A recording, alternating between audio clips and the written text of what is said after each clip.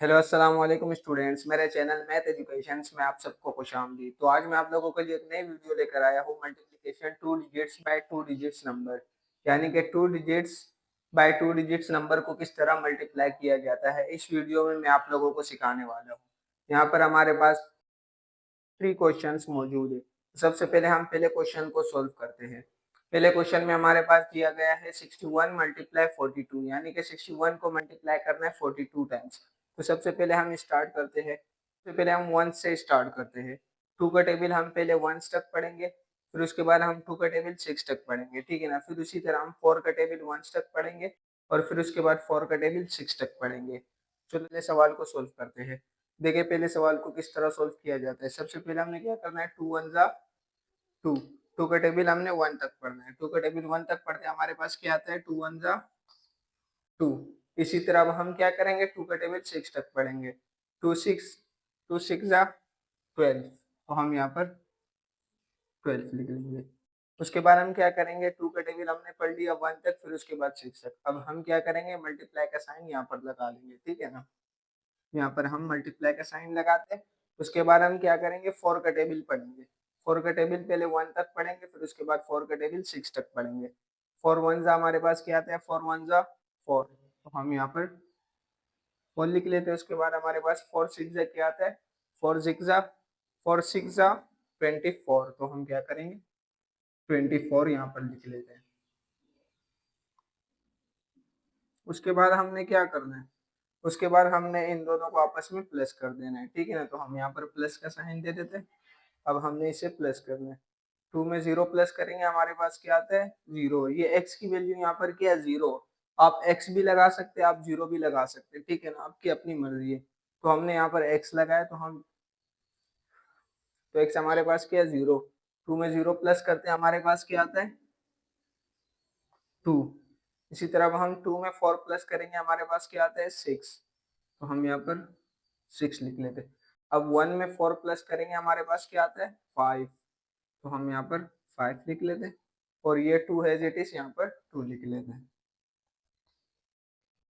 इसी तरह अब हम, ये हमारा पहला सवाल है। देखिए हमने 61 को मल्टीप्लाई किया 42 टाइम्स, तो हमारे पास आंसर क्या है 2562 हमारे पास आंसर है। इसी तरह अब हम दूसरे सवाल को सोल्व करते हैं। दूसरे सवाल में हमारे पास दिया गया है 35 मल्टीप्लाई 23, यानी कि 35 को 23 टाइम मल्टीप्लाई करना है। तो सबसे पहले हम 1 से स्टार्ट करेंगे, ठीक है ना। 3 का टेबल इसी तरह हम, जैसे हमने ये 1 सोल्व किया था, इसी तरह हम दूसरे सवाल को सोल्व करेंगे। सबसे पहले हम क्या करेंगे, 3 का टेबल 5 तक पढ़ेंगे। 3 5 हमारे पास क्या आता है 15। 15 में हमने क्या करना है, ये 1 यहाँ बराबर में दे देंगे और 5 एज इट इज यहाँ लिख लेंगे। इसी तरह हमने 3 का टेबल 5 तक पढ़ा, 3 का टेबल 3 तक पढ़ेंगे। 3 3 हमारे पास क्या आता है 9, और 9 में हमने क्या करना है, ये जो हमने 1 यहाँ पर कैरी दिया था ना, तो हम ये इसमें ऐड कर देंगे। 9 में 1 ऐड करते हैं, हमारे पास क्या आता है 10, तो 10 हम एज इट इज यहाँ पर लिख लेंगे। इसी तरह अब हम देखें, हमने 3 का टेबल पहले 5 तक पढ़ा, फिर उसके बाद 3 तक पढ़ा, तो हम उसके बाद हम क्या करेंगे, यहाँ पर मल्टीप्लाई के साइन दे देंगे, ठीक है ना। ये हमने मल्टीप्लाई कर दिया, यहाँ 5 के नीचे मल्टीप्लाई का साइन दे देंगे। अब हम क्या करेंगे, 2 का टेबल पढ़ेंगे। 2 का टेबल 5 तक पढ़ते हैं, हमारे पास क्या आता है 2 5 जा, ये आता है 10, तो हम क्या करेंगे 10 में से 1 बराबर में दे देंगे और 0 एज इट इज यहाँ पर लिख लेंगे। उसके बाद हम क्या करेंगे, 2 का टेबल 3 तक पढ़ेंगे, ठीक है ना। पहले हमने क्या किया था, 2 का टेबल 5 तक पढ़ा, अब हम 2 का टेबल 3 तक पढ़ेंगे, ठीक है ना। 2 3 से हमारे पास क्या आता है 6, और 6 में हमने क्या करना है, ये जो हमने 1 कैरी दिया था, ये हमने इसमें ऐड कर देना है। 6 में 1 ऐड करते हैं, हमारे पास क्या आता है 7, तो 7 हम एज इट इज यहाँ पर लिख लेते हैं। उसके बाद हमने क्या करना है, फिर इसको आपस में प्लस कर देना है। 5 में 0 प्लस करेंगे, हमारे पास क्या आएगा 5 ही आएगा। 0 में 0 प्लस करेंगे, हमारे पास 0 ही आएगा। और 7 में 1 प्लस करेंगे, या 1 में 7 प्लस करें, एक ही बात है। हमारे पास क्या था 8। उसी तरह हमने 35 को मल्टीप्लाई किया 23 टाइम्स, तो हमारे पास आंसर क्या है 805 हमारे पास आंसर आ गया। हमारे क्वेश्चन नंबर 2 था। अब हम में हमारे पास दिया गया है 73 मल्टीप्लाई 63 66, यानी कि 73 को मल्टीप्लाई करना है 66 टाइम। तो हम इसी तरह हम इसे भी 1 से स्टार्ट करेंगे। सबसे पहले हम 6 का टेबल पढ़ेंगे 3 तक।